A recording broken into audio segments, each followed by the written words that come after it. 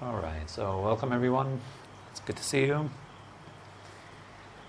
Now, as you know, this week we are going through the outer or the physical meditation posture and the inner posture. Last time we've discussed the outer meditation posture, the 7 points, the legs, the hands, the spine, then shoulders, the neck and the throat, the tongue and your eyes. So we have all these postures. You can hear. It's up online. You can listen to that online if you like. And today it'll be about the inner meditation posture. That is something that is very often overlooked. And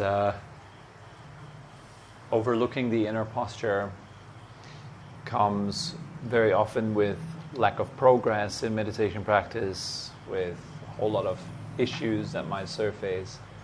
And very often we overlook the problems that arise from not actually seeing our own attitude. And so the attitude is what I call the inner posture.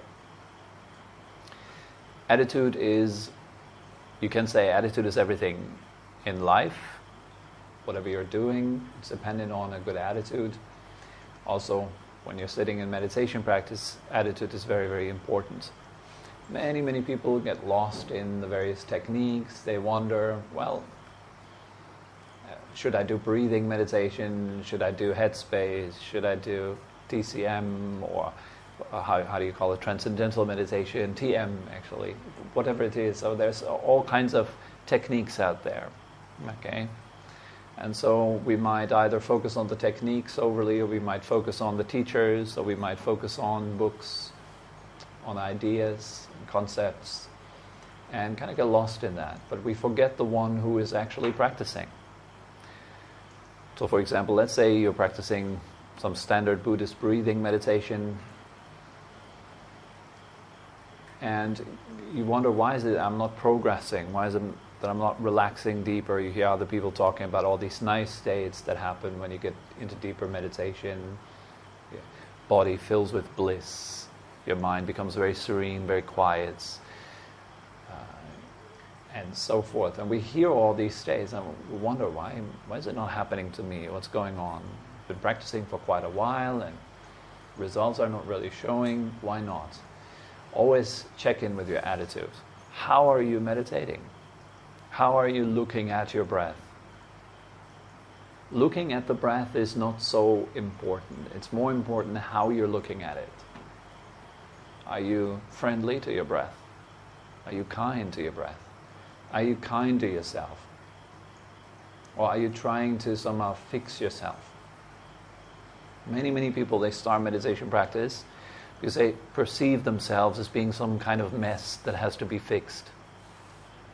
You know, or kind of like, I am a problem that has to be solved, or my mind is a problem that has to be solved. And so here I am sitting there working hard on solving the problem that I am. And of course that doesn't lead to results because it's fundamentally stressful. The way you see yourself and how you work with yourself is very, very often based on this controlling attitude. We want to control ourselves. We want to subjugate or dominate ourselves, master ourselves, master the mind, dominate it, exerting a lot of power over it, trying to make it so that it matches with all these ideals that we've read about or heard about. Like the mind is radiant and luminous. And so we sit down and we try to make it radiant and luminous by focusing extra hard. That doesn't work, of course. Yes, all you do is you will exhaust yourself because you overlook the one who is doing the practice. As usual, we don't see ourselves. It's very sneaky. And we wonder, like, well, is it the way I breathe? Maybe my concentration is not strong enough. Maybe I should strengthen my concentration, make it even more powerful. Maybe I should kind of change my location. It's so noisy around here. Maybe I should just move somewhere else. We do a retreat in the mountains. Maybe it's the people that I surround myself with. It's all that plays a role too. I'm not saying that doesn't play a role. The people you surround yourself with play a big role. The location that you're at plays a big role. The job you do plays a big role also. The way you entertain yourself plays a big role. Right?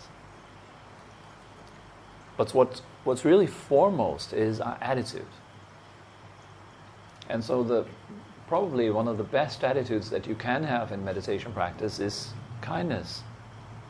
To be kind to yourself, kind and caring. That's why always in the beginning I make sure that 3 steps are fulfilled. Those of you who know me for a little while, you will know that I always start every meditation with sit upright, head suspended from above. The posture, the body is relaxed and at ease. So these are the 2 qualities pertaining to the physical posture. Upright and relaxed. So not upright and stiff, but upright and soft. Okay? The second point is the breathing. It should be deep, particularly in the beginning, just to get the engine started a little bit. You can practice some belly breathing, filling every cell of your body with some good air. Breathing out all the old stale air. Creating some energy exchange in the body. The breathing should be deep and comfortable. Later on, the quality of comfort becomes more important than the depth of your breath. The third point is your attitude. I always say, smile with your lips and your eyes. So you can try to smile just with your lips and not with your eyes. It feels kind of weird because every complete smile, it includes the eyes. And so if you smile with your lips and your eyes, it softens your face, it softens your forehead, it takes a whole lot of stress and tension out of your face, out of your head. You can try for yourself. Smiling gently, and allow that smile to slowly sink down into your heart and spread from there. Like to have a really warm, nice feeling. Then you direct that towards yourself. So the attitude should be kind and caring. You're not here to dominate yourself, you're here to care for yourself. Right? If you're not caring for yourself, then who will? Most people are super busy already. They don't have time to care for other people. So we need to learn the art of taking care of ourselves, to look after ourselves with kindness. And this is something that we all want. We all want to be seen with kind eyes. We enjoy that a great deal. And that is something that's very rare. People looking at us with kindness. Something incredibly rare. Most people look at us with self-interest. They want something. And that includes all of us who are sitting here. We mostly also look at other people with some sort of agenda. You might listen to some of your friends just for the sake of the reply. Or the thing that then you can present yourself after they have talked. So when your friend talks, you're kind of waiting for them to finish so you can talk afterwards. And then the same happens the other way around, right? Then you talk and your friend can't wait for you to finish so they can talk again. What this is all about is to be seen, to be heard, to be received from someone with kindness, with affection. We love it if someone is genuinely interested in us. It's almost like a holiday of the heart, isn't it? It softens you immediately if someone receives you with kindness. And the amazing thing is, you can do that to yourself. You can learn to receive yourself with kindness. And kindness is based on acceptance. Really being able to accept yourself right in this moment as you are. No questions asked. You're fine. Maybe you're grumpy. Maybe you're not feeling happy. Maybe you're feeling tired. Maybe you're feeling hungry. Maybe your mind is super confused. It's all over the place. Can you let it be? Can you say yes to yourself? Instead of constantly giving yourself this, no, let's change that. Let's control it. Let's turn it around. Let's make it good. Right? But to see your goodness, that is an act of kindness. Being able to see just how good you already are. That something is very difficult for most people. Surprisingly difficult. We never learn to see that. We never really learn to see our goodness. Like genuinely seeing it. We might learn to pretend that we're all fine and that we're great, but really believing in that, that is a rare thing. And so if your meditation practice is based on this attitude of, I suck, let me change that, it is already flawed. I'm a bad person. I don't deserve to be happy. All these kind of attitudes that we might have towards ourselves, they block your progress significantly. Some of the major blocks of progress, it comes from directly from your core. Who you think you are, who you believe you are, what you think you deserve and what not, your belief structures and so forth about yourself and others. And very often we also project what we think of ourselves, we project it onto others.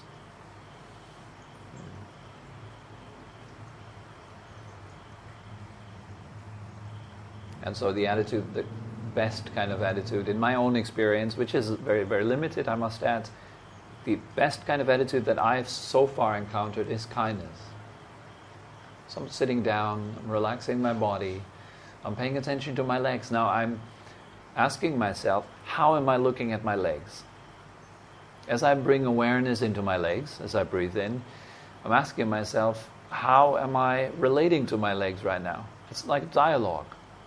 How am I listening to them? Like, the legs, they hurt, damn it. Breathing out, it still hurts. Or, hello legs, it's good that you're there. Thank you for carrying me. What would I do without you? Connecting, you don't have to talk like this to your legs. You can if you like. If you can play a little bit with that, talking kindly to your legs, welcoming them, inviting them, saying a few nice things to them, it often softens the heart, it opens the heart. And you'll see how fast your legs will relax, just because you say a few kind words to them. And then you might be like an intellectual genius and you say, yeah, but my legs don't have ears. How can they hear what I'm saying to them? They do have ears, but not like ears, like on your head. But they receive the way you interact with them mentally. And that can be a very healing experience. Or it can be a very destructive experience. So you can talk with your legs nicely, communicate with them nicely. That's what this whole first step is about. It's communication, real communication. You really listen to your legs as you breathe in, and as you breathe out, you fulfill their wish. You let them do what they really want to do. And they do that automatically, because you're not in the way, you're not trying to get it your way. You listen to what your legs need. And then you let them relax according to their need. That's very kind. And it will translate into communications that you have with your friends, your parents, your family members. If you have the habit of going into a listening posture and then responding with awareness, with kindness, it's very liberating, it's very nice. So anyways, kindness is kind of the best attitude. And there are a few things that can shape our attitude. A few reflections that can change your attitude that you have. For example, let's say you say good night to your loved one. Good night, honey. Have a good night's sleep. You might say that kind of casually. All right, good night, love you. See you tomorrow. Now, let's shape and change our attitude a little bit. So just a little experiment. Think, you might not wake up anymore. It's a very real possibility. You might not wake up anymore. Hundreds and thousands of people die tonight. Are you one of them? No? How do you know? None of those 100,000, they think like that. None of them will think, okay, tonight I will die. But they will. And so there's no difference between those 100,000 and me. I might be one of them. So now I have changed the way I think. And with that, I have also changed the way I feel. Now when I say, good night, honey, I love you, would you think that there is a difference in that? Yes or no? Yeah. Would it not matter more to be genuine and sincere in saying that? The same thing when you leave the house and you say goodbye and you contemplate. Might be the last time. I might not return home. So how do you say goodbye? See, it's a change in attitude. And it's a powerful one. Because the reflection is very powerful. Reflecting on death is very powerful. It's one of the hammers that destroy delusions instantly. It cuts nonsense out instantly. And it reveals what really matters instantly. For example, like genuine, kind human connection instead of simple business interactions.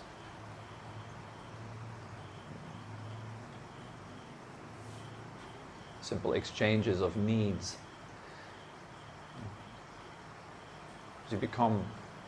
If you reflect on death properly, you become more soft. It humbles us, and that's a good thing. It can pull us down from our thrones of pride and conceit and show us that we're all the same and we're all afraid. And nobody in here wants to die tonight. But contemplating on that deeply, feeling it, feeling this is a real possibility, changes the way we can interact with one another. It makes it a bit more honest. A bit more grounded, more kind maybe, more compassionate. I don't know how this is for you, but usually if you don't have much experience with contemplating death, the first reaction always is shock, fear, maybe sadness. I don't want to contemplate this, this is quite heavy, I don't really like it. That's normal, that's how we usually confront some of the things that are quite normal in life actually.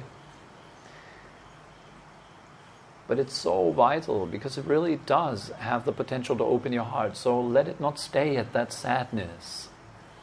But see what really, it points you to your life, doesn't it? The possibility that you might not make it through the night. Doesn't it sharply turn your eyes around to your own life right now and here? You're breathing right now. Isn't that of some value? Your heart is beating right now. Isn't that nice? Doesn't that give you the opportunity of using it wisely, using this moment well, for the well-being of all of us, for myself, for others, making the most out of this moment? Many people say that, right? Live your life to the fullest, and that's what this means. You might not make it through tonight. So what would now really matter? Like, oh, I might not make it through the night. Let's get hammered. Let's get drunk. That might be an option, yes. But it's not really important. It's not something that would make you feel particularly proud of. Yes, I've spent the last few moments of my life totally hammered. That was well worth it. But other things might matter, right? Like maybe calling your parents, if you knew. What would you tell them? See, this is all attitude. It changes your attitude, how you interact with the people you love, how you interact with the people who you're surrounded by, and how you interact with yourself. That's where it all starts. Another thing that could change our attitude is by contemplating suffering, or contemplating that I'm having a hard time, I'm stressed. For example, you come back home from work and you're confused and stressed and you feel kind of itchy all over the mind, the body, you just kind of don't want to settle down, it's hard to settle down. Now, can you see that you're suffering? That's crucial, to see very clearly, oh, I'm suffering right now. If your friend came to you suffering, what would you do? If your friend came to you, oh, I'm so stressed, would you give them a hard time for it? It's like, come on, stop being stressed, stop being silly. You need to relax, stop it, don't worry. Or would you kind of be kind and understanding maybe? Oh yeah, I've been stressed too, many times in my life. I know what you're going through right now, I can relate to you. So my attitude towards you changes. It's not one of controlling, it's one of understanding. One of being open to it. And you can be as open to yourself, like, wow, I'm suffering right now. I need help. So let me help myself.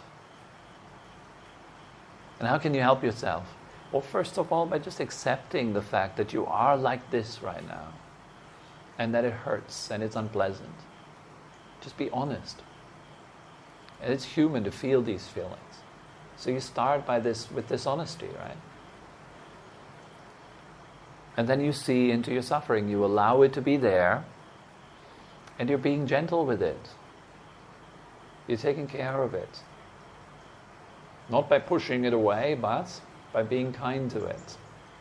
And you'll be surprised how fast it comes to an end. Because you're kind to it. Many, many times, every day, in fact, I'm confronted with some sort of suffering. So there might be a disappointment, something that doesn't work out, an email that I get that is kind of disappointing, or whatever. It's so many things. Now when that suffering comes, I have to catch myself. I have to actually notice, oh, I'm suffering right now. I should be kind to myself. Because naturally what I want to do is avoid it. I don't want to feel that. I want to get rid of it. I want to get out of it. I want to push it away. And so I use all my kind of clever techniques, breathing, mindfulness, trying to put all that because I'm trying to push it away. The Buddha has taught 4 noble truths, of which the first one is the noble truth of suffering. And there is an obligation to that truth. The obligation is to comprehend it. And that means we have to look at it, we have to see it, know it, understand it. If you don't know it, if you don't understand it, you can't help yourself. You'll be busy being overwhelmed by it. That is only natural and kind of normal in our position. But we can train ourselves to actually look. That's the first act of compassion and kindness. To look, to care, when you really need it. When you're boiling with anger, when you're melting in sadness and grief, you need someone to care. And it can be you. And that's what a big difference attitude can make. The attitude, the stance that you have when sadness comes up inside of you. What do you do with it? How do you deal with yourself? And so I would recommend when you're practicing your meditation to constantly check in with your attitude. What's my attitude like right now? How am I doing the practice? Oh, I'm really, really pushy right now. I'm forcing, I'm straining. I'm feeling exhausted. Okay. Can I change it? Yes? How? Now you want to be clever. You have some ideas. How can you turn the attitude around? How can you make it more skillful? Maybe, pardon? Kindness, yes. And what helps you to be kind? Might be a certain reflection, right, in this very moment. Like, for me, it would be kind of maybe like a little thing, like just smiling at my breath. It helps me already be a little bit more soft to it. Or saying a few kind words to my breath. Like, thank you, or something like that. It helps immediately. It makes the whole thing more soft. Less rigid and dogmatic and tough. Because I do have a tendency to go tough and pushy, pushy in my own practice. So I need to recognize that and go, no, that's not the way it works. And it can be profoundly touching. I have some sort of aversion towards this being soft towards myself. It feels kind of like I'm being unicorny, like a hippie, some sort of like this. I'm just sitting there. Everything is love. I love myself. It feels so odd, right? So can I be kind to that feeling? Even though it feels like really, really strange to get into that, I do get into that. And when I get into that, I've experienced some of the most profound shifts. I went to where I did not want to go naturally, like into that fluffy stuff. I don't want to go there. It's too fluffy. It doesn't feel right. I'm a tough man. I have a beard. I need to meditate like I have a beard,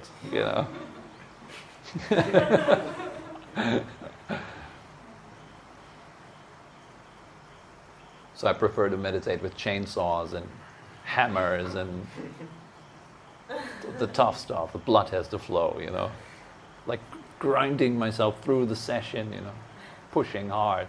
That has its place too. Okay, I'm not saying that this is entirely bad. You can do that too. It's quite fun actually at times to be able to overcome your own laziness or to overcome your own preferences and follow what's right instead of what feels good.